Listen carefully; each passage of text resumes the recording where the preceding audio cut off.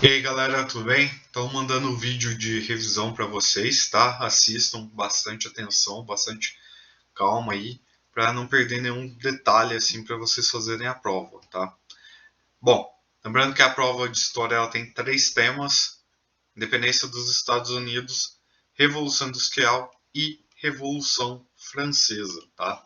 Bom, então passando para o primeiro tópico aí da nossa revisão, independência dos Estados Unidos. Bom, É, eu direcionei a questão da prova justamente para o final, para o pós-processo, pós-guerras de independência.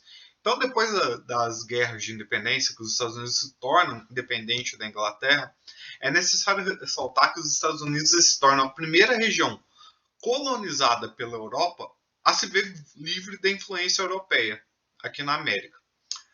Isso torna os Estados Unidos um exemplo para os demais países do continente que vão tentar logo no século seguinte seus processos de independência. A gente vai ver que daqui a pouco, na nossa matéria lá nas apostilas, a gente vai ver esse processo de independência que começa a surgir. E aqui no Brasil, por mais que não copie o exemplo americano, os Estados Unidos também vão apoiar a independência do Brasil. Isso vai ser uma ideologia americana. A América se ver livre da Europa, da influência europeia, e a gente vai entender isso posteriormente. Por que os Estados Unidos vão querer tanto que o restante da América se vê livre da Europa? Então, os Estados Unidos, com o seu processo de independência, se torna uma república federativa presidencialista. O que isso quer dizer? Bom, primeira coisa é que era uma república. Ao contrário das monarquias europeias que tinham ali toda a sua estrutura de Estado atrelada, divisão em ordenamentos sociais, que é até uma crítica que vai ser levantada na Revolução Francesa, a República permitia a participação de todos os cidadãos na escolha de poder. Então, isso já é uma diferença notável dos Estados Unidos para o restante da Europa. Segundo ponto, ela era federalista, ou seja, ela dividia o seu território ali em federações unidas por uma união desses estados. Daí até o nome Estados Unidos da América. Esse federalismo permite que cada região tenha seu código de leis independente, desde que não se sobreponha a uma lei federal. Aqui no Brasil isso também existe, mas aqui a lei, a Constituição brasileira, ela é bem mais, ela abraça muito mais os ordenamentos sociais do que os estados. Então quase nenhuma lei consegue ser desligada totalmente da Constituição Federal. Lá nos Estados Unidos não, a gente tem, por exemplo, a pena de morte, que ela é válida só em alguns estados, em outros não. Isso porque a Constituição americana ela não diz nada a respeito.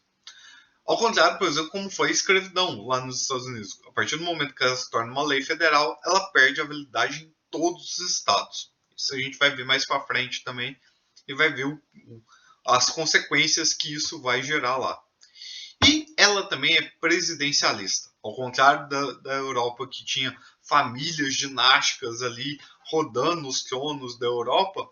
Os Estados Unidos elegeriam então um presidente para cumprir um mandato ali determinado de tempo, por 4 anos, e depois seria trocado numa eventual eleição onde os cidadãos escolhem quem seria o próximo presidente. Então, tudo nos Estados Unidos era diferente do que acontecia na Europa. Além disso, todas essas ideias acabaram sendo amarradas justamente por uma Constituição, que era lotada de ideias ali iluministas, inclusive os chamados direitos naturais de vida, liberdade e propriedade. Além disso, outros direitos derivados desse, como a liberdade de imprensa, liberdade religiosa, direito de propriedade privada, direito de posse de armas, tudo isso acabava sendo posto ali dentro dessa Constituição americana. Entretanto, não podemos esquecer que a existência dessa Constituição, por ser iluminista, ela traria ali como grande objetivo estabelecer igualdade de direito entre todos os cidadãos. Só que aí há uma discordância, há uma inconsistência. O que a gente chama de cidadão, não é a mesma coisa de habitante. Cidadão é quem tem direito à cidadania, quem tem direitos políticos de fato. São aqueles indivíduos dos quais a lei realmente acontece. Não é o que a gente nota aqui. Habitantes e cidadãos são completamente diferentes. Então, só um grupo muito pequeno de pessoas nos Estados Unidos é que tinham direito de cidadania. É o chamado grupo WASP, White, Anglo-Saxon and Protestant, ou branco, de origem inglesa, e protestante. Então, para você ter direito à cidadania nos Estados Unidos, era necessário ser desse grupo. Além disso, não está sendo citado aí, mas você precisa ser homem também. Então, dessa forma, a grande parte da população, a maior parte da população, ela não está dentro desses direitos pregados pela Constituição. Indígenas, negros, mulheres, imigrantes foram todos excluídos dessa Constituição. Então, a tentativa de se criar uma nação com ideais iluministas que estabelecesse igualdade entre todos, esse todos, na verdade, é um número muito reduzido. Então, vocês têm que ter em mente essas ideias aí para, na hora da prova, conseguir aplicar de forma correta. Segundo tema da prova, Revolução Industrial. E a primeira ideia que eu trago aqui da Revolução Industrial é justamente o pioneirismo inglês, ou seja, por que a Inglaterra é a primeira a realizar a Revolução Industrial. São uma série de fatores que acontecem na Inglaterra que vão trazer consigo a vantagem dos ingleses iniciarem esse processo. A começar por um processo muito particular da Inglaterra, que são os cercamentos.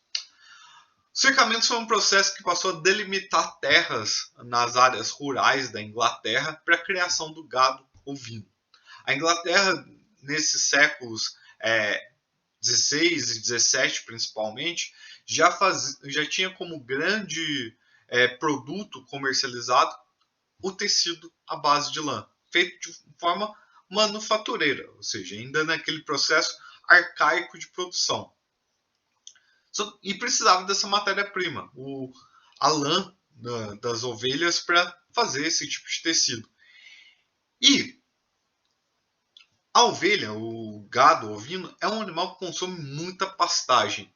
Então, para gerar mais matéria-prima, para ser vendida e transformada em tecido, muitos donos de terra passaram a delimitar suas terras justamente para a criação das ovelhas, tirando famílias camponesas que estavam ali naquelas áreas e simplesmente colocando ovelhas no lugar. Essas famílias camponesas sendo ali destituídas das terras das quais elas trabalhavam, não que elas eram donas, sim que elas trabalhavam, passaram por um processo de êxodo rural, abandonaram o campo e foram para as cidades. Essa ida desses camponeses para a cidade vai gerar duas coisas, então. A primeira é que gera-se uma mão de obra barata nos centros urbanos. Essa mão de obra barata nos centros urbanos é o que vai ser utilizado para iniciar a Revolução Industrial, o trabalho nas fábricas, esse operário barato, além de fornecer muita matéria-prima para as indústrias inglesas. O segundo fator que vai dar a vantagem para a Inglaterra na Revolução Industrial é o conjunto das revoluções inglesas, puritana e gloriosa.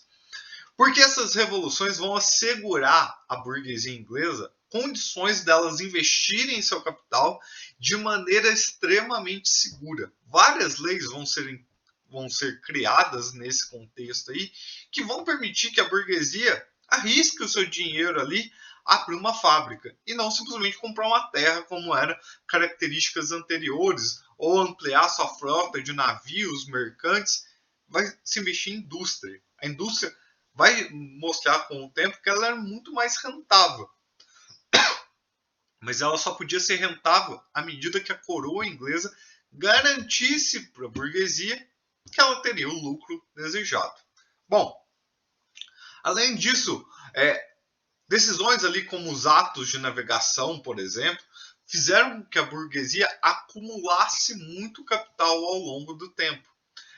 as atividades coloniais, comerciais entre metrópole e colônia aumentaram muito nesse processo. Então isso garantiu para a Inglaterra também, para a burguesia inglesa principalmente, um acúmulo de dinheiro muito grande. Não bastando tudo isso que eu já falei, o fato da burguesia já ficar presente no parlamento após a Revolução Gloriosa, ou seja, ela poder estar presente no parlamento e votar leis que lhe favoreçam, foi uma bela ajuda aí para que a burguesia realmente se colocasse como um grande ali grupo para levar à frente a Revolução Industrial. Terceiro fator, uma marinha bem desenvolvida. A marinha inglesa não era apenas numerosa, mas era militarmente bem preparada. Ela garantia a segurança dos navios que faziam o transporte, tanto das mercadorias industrializadas para os mercados consumidores, como também pegava matéria-prima nesses mercados consumidores e levava com segurança para a Inglaterra.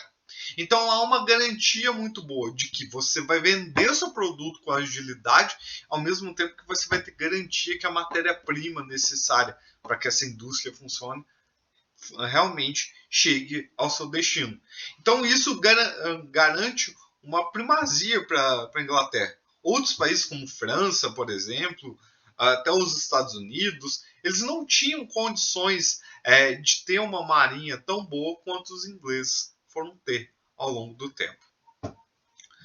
A Inglaterra também tem um vasto império colonial, e esse seria o quarto fator. Ela tem uma garantia que ela sempre vai ter um mercado consumidor, ou seja, sempre vai ter alguém para comprar esses produtos, principalmente depois dos atos de navegação, porque ela garante que nos portos ingleses vão atracar apenas navios ingleses. Então, se qualquer outra nação tentar fazer comércio com uma colônia inglesa, não vai dar certo. Então, ela está garantindo ali que vai ter sempre a obrigatoriedade das colônias comprarem os produtos da Inglaterra. Ao mesmo tempo que tudo que a colônia está produzindo de matéria-prima vai ser vendido para a Inglaterra. Então ela paga um preço muito baixo pelo produto que ela está comprando, a matéria-prima, e tem garantia que vai vender muito caro o produto industrializado que ela está produzindo. Por fim, o último fator aí, as jazidas de carvão mineral e ferro. Carvão mineral, na primeira fase da Revolução Industrial, como vou mostrar logo a seguir, ele vai ser a base a fonte energética primária da Revolução Industrial, já que todos os dispositivos, todas as máquinas, ferramentas, funcionavam à base de vapor. Então você precisava de gerar uma fonte de calor ali para gerar esse vapor. E o carvão mineral, ao contrário desse carvão vegetal que a gente usa para fazer churrasco, ele se mantém em brasa por muito mais tempo. Então, ele vai ser a principal fonte energética, porque permite ali que as máquinas continuem funcionando por um maior tempo, sem tanto reabastecimento. Além disso, a maior parte das máquinas era feita de ferro. Então, esses dois minerais estão em abundância no território inglês nesse momento. Não só na Inglaterra em si, mas nas colônias inglesas também. Então, isso dá uma primazia para a Inglaterra, que em outros países até tinha essas jazidas. Mas juntamente com os outros 4 fatores, vão fazer que os ingleses deem um belo salto à frente. Bom, a Revolução Industrial, então, marca a transformação no que a gente chama de modo de produção.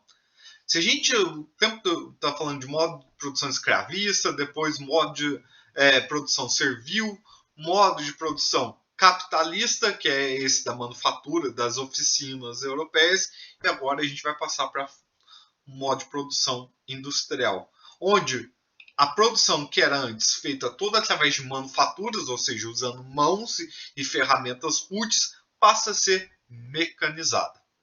Dessa forma, então, o trabalho humano ele passa a ser muito mais sistematizado, ou seja, repetitivo. Quem viu o filme lá do Chaplin, fez o trabalho do Chaplin, viu como é que o trabalho é sistematizado.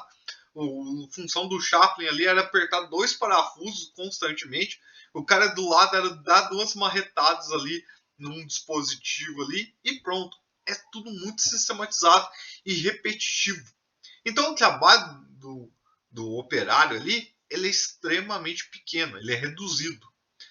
Isso é decorrente justamente dessa divisão de trabalho. Se eu tenho cada operário ali com uma função para fazer na fábrica, e ela é repetitiva, o processo produtivo é bem mais rápido. E permite, então, que a produção seja mais rápida, leve menos tempo, seja mais fácil ser vendido, menor o custo, então os lucros são maiores. Além dessa divisão de trabalho, é uma disciplina muito forte de trabalho nas fábricas. Tem hora para comer, tem vestimenta para ser usado, tem regras a ser seguidas, regras de segurança, que até lá no filme é uma crítica em relação a essas regras de segurança. Mas enfim, há todo um ritual para se seguir nas fábricas. E isso tudo visando aumentar ali o lucro dessas fábricas, a produtividade dessas fábricas. Então, a Revolução Industrial ela é dividida em 3 fases. Mas, para essa avaliação, vocês têm que saber pelo menos 2 fases. A primeira fase é a fase da criação da máquina-ferramenta, ou seja, essas máquinas que, através de processos repetitivos, vão acelerar a produção, em que o carvão mineral e o ferro são as matérias-primas essenciais para se gerar uma atividade industrial. Eu não estou dizendo que usa-se o ferro para fazer produtos, além de alguns sim, mas para fazer um maquinário e esses maquinários funcionarem, é necessário ter esses dois materiais. É a fase também que vai se delimitar bastante a forma da divisão de trabalho, como vai se diminuir o trabalho do operário para que haja uma maior produtividade. E a divisão da sociedade passa a ser julgada, então, entre proprietários, a burguesia, e proletariado, que são os trabalhadores operários. Lembrando que os proprietários têm o capital, então eles compram ali, eles detêm, eles se apropriam dos meios de produção. O que são os meios de produção?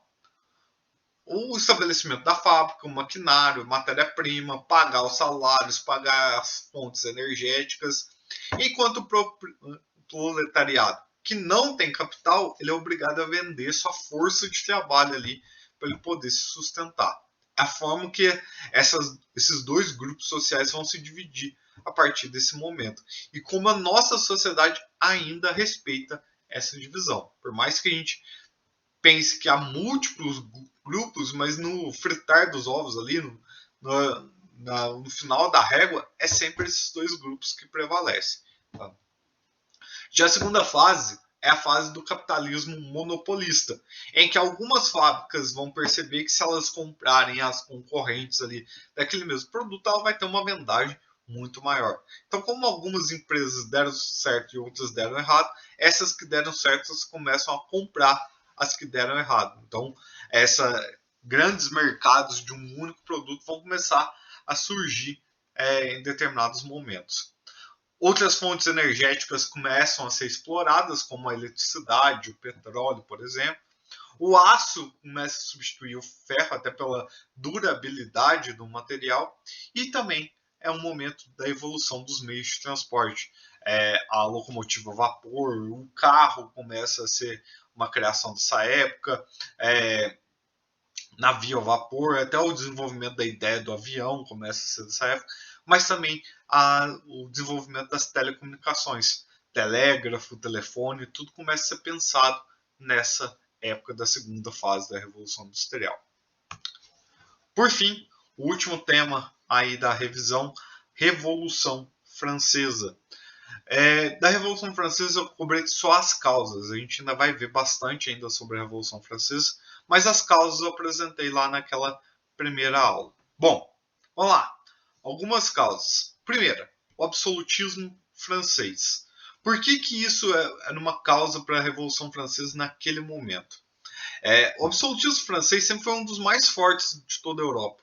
Não sei se vocês vão lembrar do ano passado, mas a gente estudou 2 modelos de absolutismo, o francês e o inglês. O que mais teve controle do Estado sobre a população foi o francês, porque impedia qualquer manifestação da população contrária ao monarca. Que tinha uma força militar muito grande, o exército francês sempre foi muito presente na história da França. Então impedisse ali que qualquer estrato da população, ou seja, do terceiro estado, isso a gente vai ver daqui a pouco, se manifestasse contra a monarquia francesa. Os outros dois grupos que podiam ali representar alguma oposição, que era o clero e a nobreza, eram sustentados pela monarquia, o que diminuía ainda mais então a expectativa de alguma revolta desse grupo contra a monarquia. No momento antes da Revolução Francesa, o monarca era Luís XVI, um monarca que não tinha qualquer aptidão para governar. Ele era fraco, ele era altamente controlado pelos seus conselheiros ali, seguia a ideia mais dos conselheiros do que a sua própria ideia. E a sua esposa, Maria Antonieta, que era austríaca de nascimento, ela não tinha simpatia do povo. As pessoas na França enxergavam ela sempre como uma intrusa ali na França. Então, era uma família extremamente odiada, extremamente fraca nesse quesito. Segunda causa, o mercantilismo. As regras do mercantilismo, que limitavam ali muito a ação da burguesia, e que tem como sua característica uma forte intervenção do Estado ali, impedia que essa burguesia crescesse, que ela tivesse mais liberdade para investir o seu capital. Isso é uma boa contraposição para a gente fazer com a Inglaterra. Se lá na Inglaterra a burguesia ganhou condições para investir seu capital, para crescer, para investir nas fábricas, enriquecer ainda mais, na França isso não existia. O Estado ainda era muito presente e não dava espaço para que a burguesia participasse da política. Então, associado a essa limitação, as ideias iluministas que circulavam na Europa, principalmente as ideias do Adam Smith, por exemplo, de liberalismo econômico, da possibilidade da lei de oferta e procura ser a única lei econômica de fato existente, isso tudo influenciava a burguesia ali, que via como a França era atrasada, como a França limitava os poderes ali da burguesia, o crescimento dessa burguesia. Terceiro fator aí, a divisão da sociedade em estamentos. A sociedade francesa, assim como a grande maioria das sociedades europeias, era dividida em 3 estados. Clero, o pessoal da igreja, a nobreza, que era senhores de terras, com cargos militares, e o povo. Sendo que esse último grupo, o povo, é um grupo extremamente diversificado. Porque tinha dentro desse grupo desde a burguesia, que podia ser mais rica do que o rei, mais rica do que qualquer nobre, mas também tinha camponeses, mendigos que não tinham riqueza nenhuma. Os dois primeiros sempre tiveram privilégios de manter como os dois únicos grupos que não pagavam impostos, de serem sustentados pela monarquia, ganhava-se uma mesada por mês mesmo para eles ficarem ali, vivendo no luxo deles, que tinham requintes, que tinham permissões ali excepcionais pela monarquia. Então esses dois grupos são extremamente privilegiados, enquanto o terceiro estado sempre acaba pagando o pato. Tá? Então essa divisão também da sociedade francesa, ela vai ser muito criticada nesse momento, principalmente porque a França passava por uma crise econômica e crise de fome. Nos momentos que estavam para anteceder a Revolução Francesa, a França vinha de uma série de crises econômicas abastecidas pelas dívidas contraídas pelo Estado em várias guerras que a França tinha entrado e que não tinha se dado bem, ou que simplesmente não tinha ganhado nada com isso. Exemplo, a Guerra dos 7 Anos na América, que ela perdeu vários territórios na América para a Inglaterra, então ela acaba sendo derrotada e teve que pagar a dívida. Já, por exemplo, a independência dos Estados Unidos, a França ajuda, mandando exército, mandando mantimentos para o lado dos americanos, e ela não ia ganhar nada com isso, ela só queria prejudicar a Inglaterra. Só que isso tudo é feito à base de empréstimos, à base de dívidas contraídas com bancos europeus. Além disso, não é barato sustentar essa burguesia, esse clero e essa nobreza que são parasitários na França. Gasta-se 89% do orçamento francês somente para se sustentar essa nobreza e esse clero. Então é muito complicada a vida de um monarca na França nesse momento pré-Revolução Francesa por conta dessas dívidas. Além disso, a França se vê no momento em que várias crises climáticas afetam o país, o que vai gerar um desabastecimento de trigo, que é a base da alimentação francesa, em várias regiões, inclusive em Paris, a região mais populosa da França nesse momento. E enquanto a população está passando fome por essa crise, por outro lado, a gente vê o Palácio de Versalhes vivendo uma bolha, praticamente. Lá onde está a nobreza, lembrando que Versalhes abarcava ali toda a nobreza em torno do monarca ali para conseguir vigiar bem os nobres ali. Lá tem essa refeição à vontade, tem piqueniques, tem banquetes, tem bailes. Então, Versalhes vive uma bolha ao redor da podridão toda francesa. Então, isso gera um descontentamento muito grande da população. Tá? Tem outros fatores, mas para avaliação, saber apenas esses. Tá? Bom, eu estou colocando o vídeo para vocês agora por volta das 3 horas da tarde. Qualquer dúvida que vocês tiverem, me manda no WhatsApp, fala assim, não entendi isso daqui, me manda. Amanhã eu volto até as aulas do Estado, então é bem provável que eu só fique livre para responder umas 4 horas da tarde, mais ou menos. Mas assim que eu der esse horário, eu já estou livre aqui em casa para começar a responder os seus questionamentos, tá, gente? Não fique com dúvida, pergunta, tá? Assistam mais de uma vez o vídeo, tá? Espero que ajude vocês e até quarta-feira, galera. Falou!